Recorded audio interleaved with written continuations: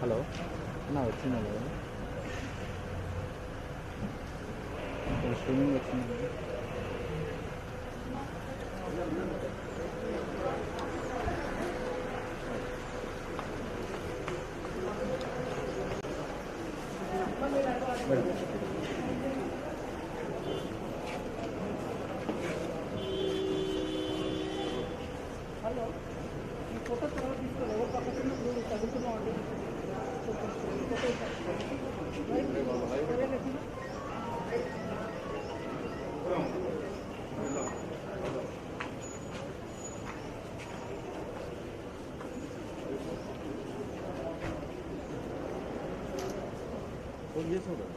చేశాను కలుసుకొని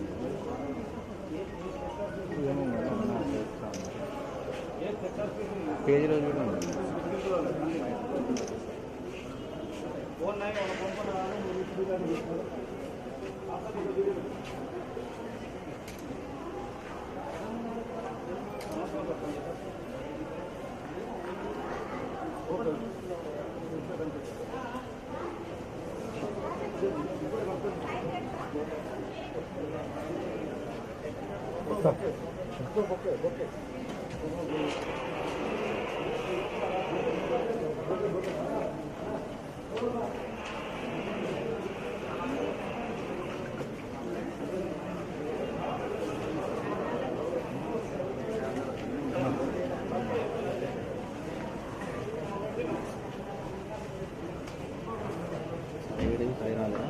లేదన్నా వేరే వస్తున్నాయి అది ఎప్పుడు ఒకసారి రూపాయలు అడుగుతుంది వేరే వాళ్ళు వస్తున్నారు.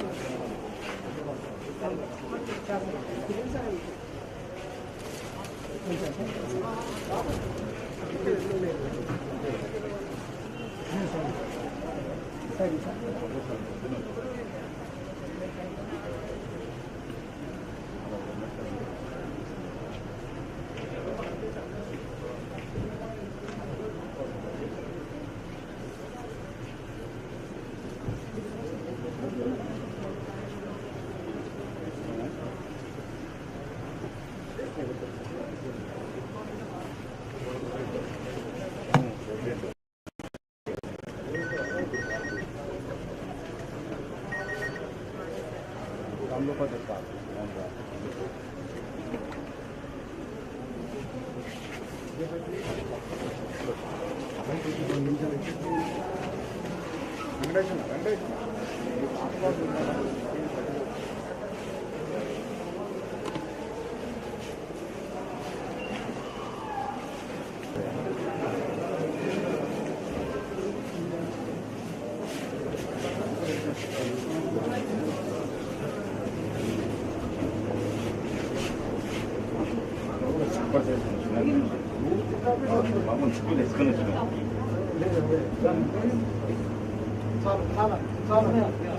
ఓవర్లోడ్ అవుతుంది ఓవర్లోడ్ అవుతుంది చాలు చాలు ఓవర్లోడ్ అవుతుంది లిఫ్ట్లో రండి ఇంకొక లిఫ్ట్లో రండి బయట బాబు పోతా సార్ బాబు డైరెక్ట్ బండి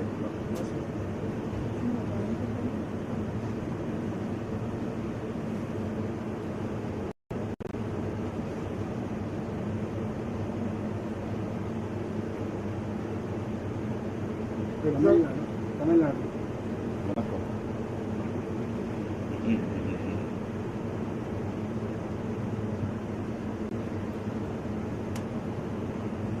మొండ ఏరియా కింద వస్తుంది అన్న బన్సార్పేట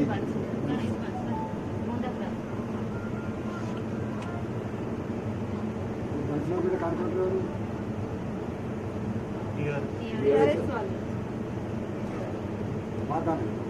మాట్లాడండి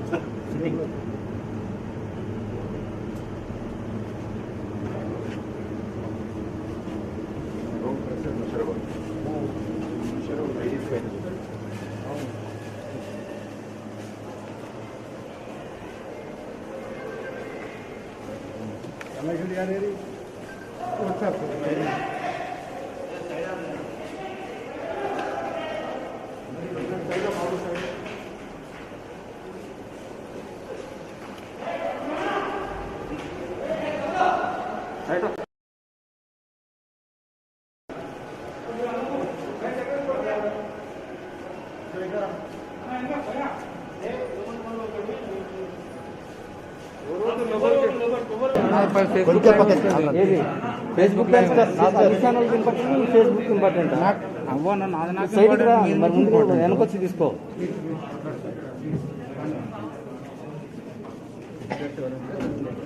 బాబు ఆపోజిట్ లైట్ లేకుండా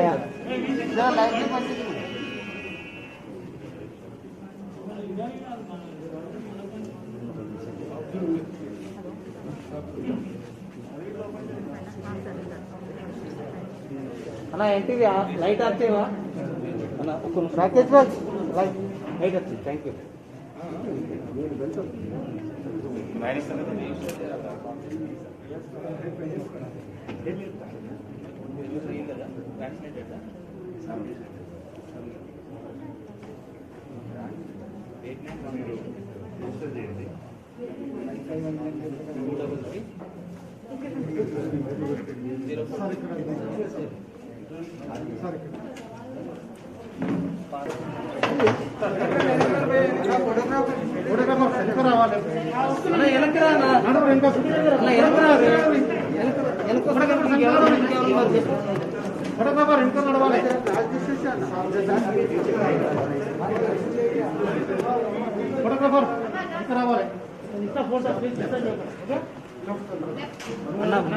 కొంచెం వెనకరా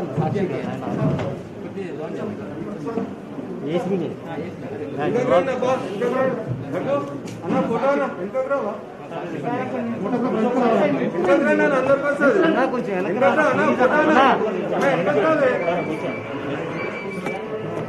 అన్నా వెనకరండి అన్న ప్లీజ్ అన్న వెనకరండి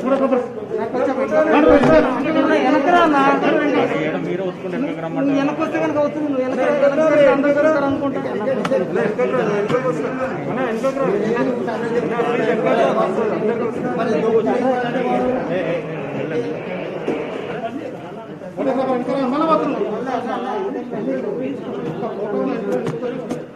లైవ్ ఉంది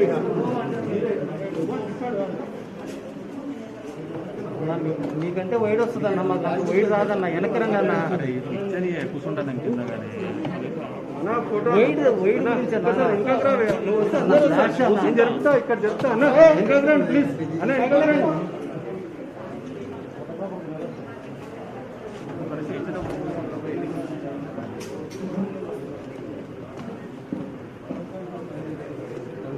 అదే మొబైల్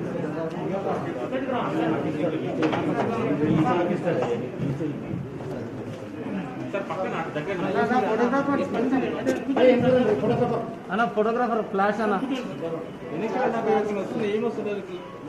అలా కొంచెం వెంకకి రండి అందరు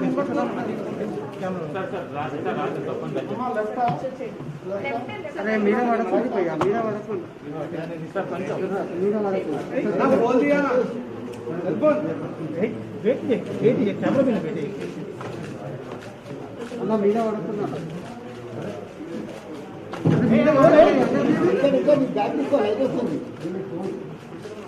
ఎవరమ్మా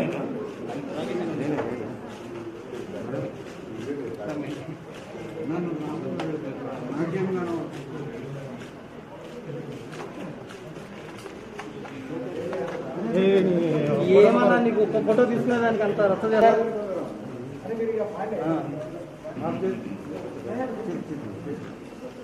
అయిపోయింది కదా సార్ రెస్ట్ తీసుకొని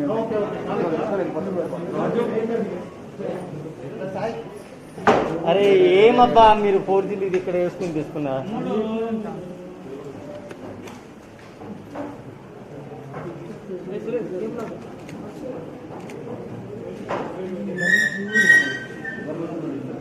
బ్యాక్గ్రౌండ్ అబ్బా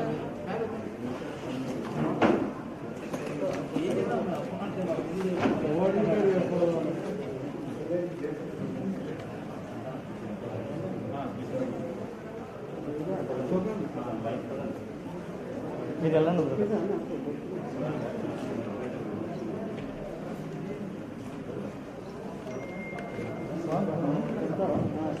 వెంకట్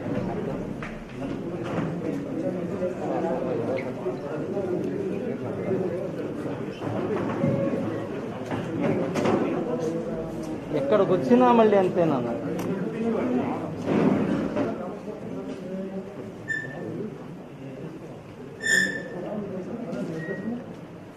ఒక్క 15 minutes అన్న sir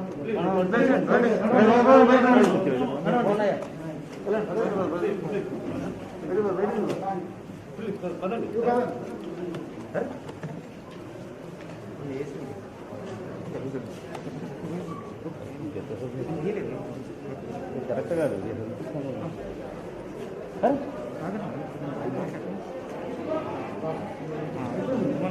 sir sir office sir office కార్యక్రమం వ్యాక్సినేషన్ యాక్టివిటీ నిన్నటి నుంచి దేశవ్యాప్తంగా ప్రారంభమైంది. నిన్న దేశ ప్రధానమంత్రి నరేంద్ర మోడీ గారు కూడా 2వ దశ వ్యాక్సినేషన్లో వారు కూడా తీసుకోవడం జరిగింది. 60 సంవత్సరాలు దాటినటువంటి ప్రతి వ్యక్తి కూడా ఈరోజు వ్యాక్సినేషన్ తీసుకునేటువంటి అవకాశము 2వ దశ కార్యక్రమంలో ప్రభుత్వం కల్పిస్తూ ఉంది. 60 సంవత్సరాలు దాటిన వాళ్ళతో పాటు 45 సంవత్సరాలు దాటినటువంటి దీర్ఘకాలిక వ్యాధులు ఉన్నటువంటి వాళ్ళు కూడా వ్యాక్సినేషన్ చేసుకోవడానికి అవకాశం ఉంది. కాబట్టి ఆ రకంగా ఉన్నటువంటి వాళ్ళందరూ కూడా కోవిడ్ పోర్టల్కి వెళ్ళి తమ పేరు నమోదు చేసుకొని నియర్ బై సెంటర్స్లో ఏ సెంటర్కి వెళ్ళాలో కూడా వారందులో తెలియజేసి ఈ యొక్క వ్యాక్సినేషన్ సంబంధించినటువంటి అవకాశం వాళ్ళకు ఉంటుంది.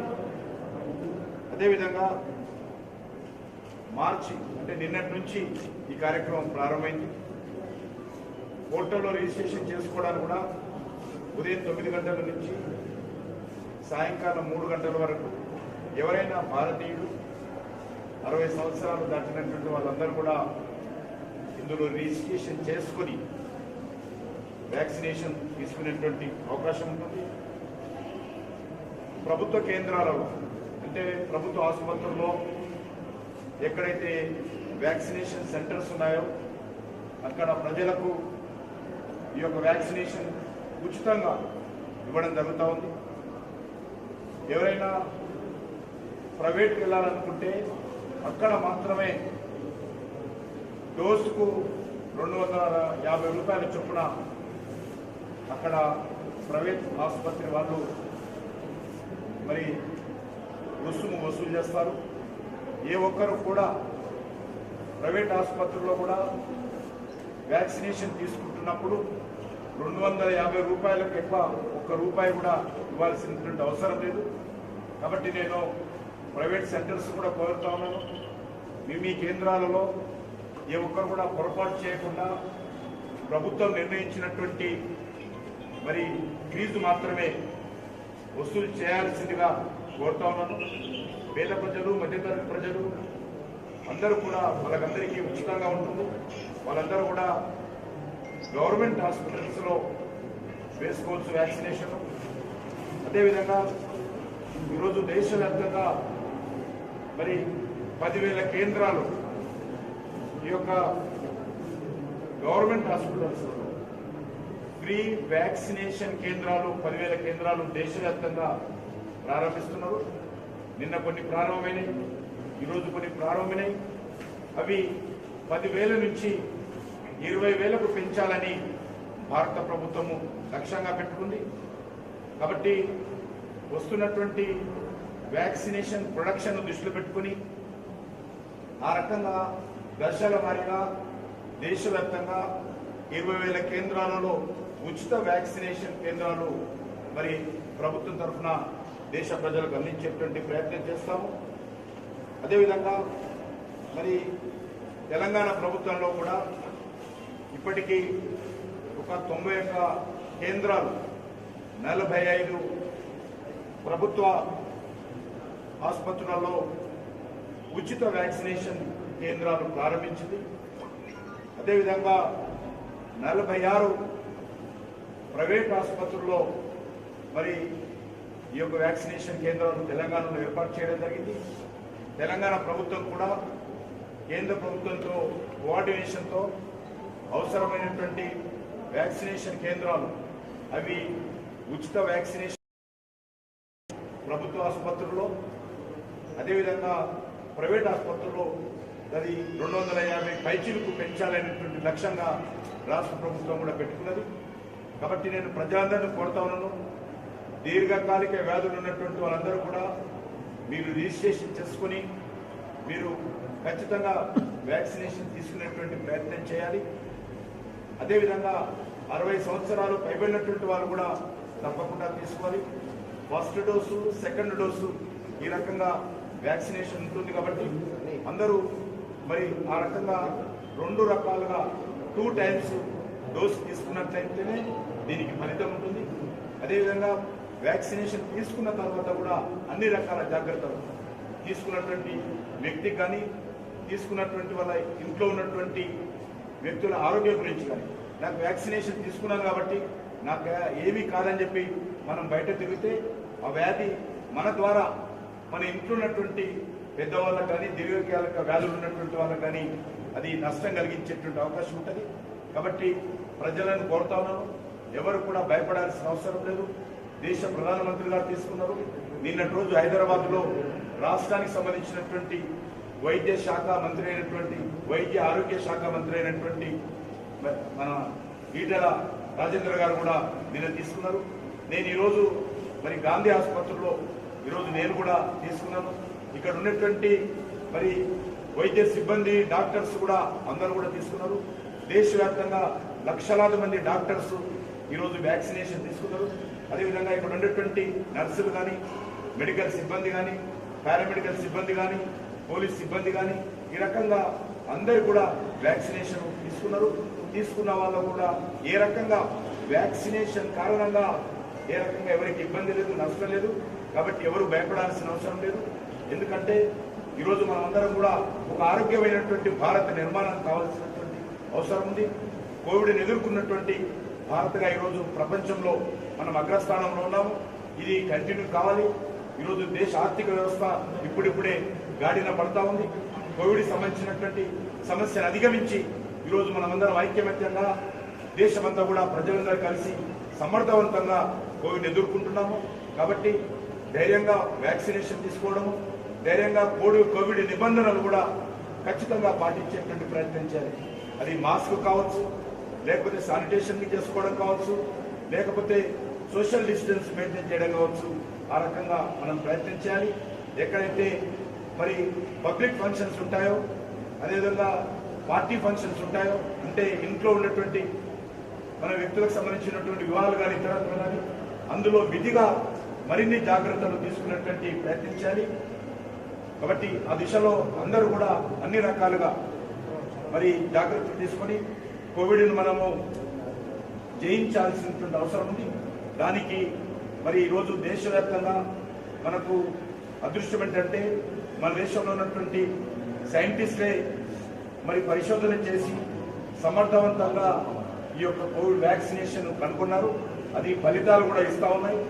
కాబట్టి ఎవరు కూడా ఏ రకమైనటువంటి అనుమానాలు వ్యక్తం చేయకూడదు, ఏ రకమైనటువంటి ఇబ్బంది పడాల్సిన అవసరం లేదు.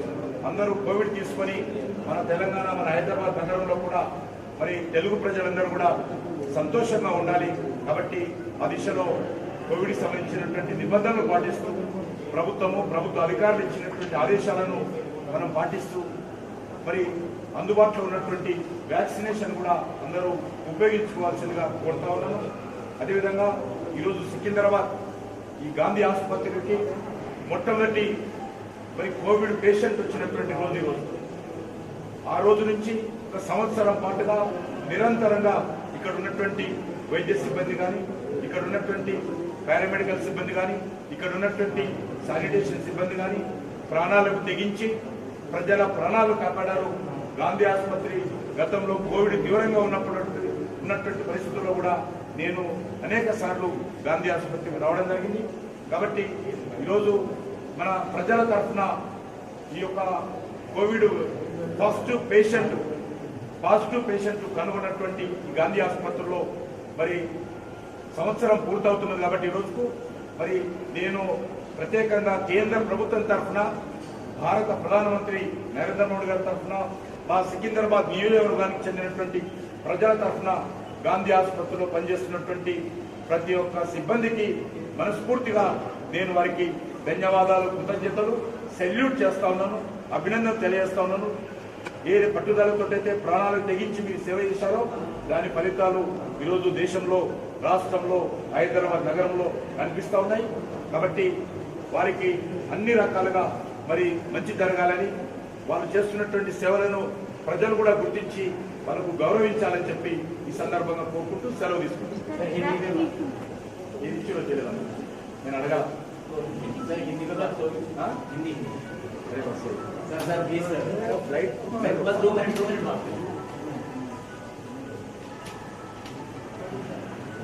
कोविड वैक्सीनेशन का सेकंड फेज का कार्यक्रम कल से शुरू हुआ, मार्च 1 तारीख से। आदरणीय प्रधानमंत्री नरेंद्र मोदी जी कल दिल्ली में एम्स हॉस्पिटल में वैक्सीनेशन का कार्यक्रम खुद वैक्सीनेशन करवा लिया है। देश भर में कल से लगभग 10,000 सेंटर्स में फ्री वैक्सीनेशन सेंटर्स खोला है। उसको गवर्नमेंट हॉस्पिटल्स में वो 10,000 सेंटर देश भर में जो खोला है उसको 20,000 करने का सरकार का लक्ष्य है। वो जैसा जैसा प्रोडक्शन होते रहता है, जैसा जैसा स्टेट गवर्नमेंट व्यवस्था करते हैं उसके हिसाब से 20,000 सेंटर्स खोलने का व्यवस्था करने वाले हैं। जो सरकार हॉस्पिटल में, गवर्नमेंट हॉस्पिटल में वैक्सीनेशन देते हैं कोई कास्ट पे करने का जरूरत नहीं है, फ्री वैक्सीनेशन रहेगा। जो प्राइवेट हॉस्पिटल में कुछ लोग लेना चाहते हैं उनको भी ये सुविधा दिया है। वो लोग 250 रुपीज देना है, उससे ज्यादा 1 रुपए भी प्राइवेट हॉस्पिटल, छोटा हॉस्पिटल हो, बड़ा हॉस्पिटल हो, कारपोरेट हॉस्पिटल हो, उससे ज्यादा 1 रुपए देने का जरूरत नहीं है। इसलिए मैं प्राइवेट हॉस्पिटल, कारपोरेट हॉस्पिटल यही बताना चाहता हूँ, 1 रुपए ज्यादा भी कोई व्यक्ति के पास नहीं लेना। जो लोग मिडिल क्लास लोग, गरीब लोग, जो एफर्ट नहीं कर सकते, जो एम्प्लॉयज हैं, वर्कफोर्स है, वो सभी लोग गवर्नमेंट हॉस्पिटल्स में लेना चाहिए। उसमें फ्री वैक्सीनेशन देने वाले हैं। इसलिए मैं सबसे अनुरोध करना चाहता हूँ, अपना अपना एरियाज में जो वैक्सीनेशन सेंटर्स है वैक्सीनेशन लेने के लिए प्रयास करना चाहिए। इसमें कोई डरने की बात नहीं, ठीक तरीके से वैक्सीनेशन काम कर रहे, रिजल्ट भी आ रहे। जो सेकंड डोज लेने के बाद सभी लोग, बहुत लोगों को ये कोविड के संबंध में ठीक तरीके से एंटीबॉडीज भी तैयार हो रहे। इसलिए विश्वास के साथ कोविड वैक्सीनेशन लेने के लिए सभी लोगों से मैं अनुरोध करना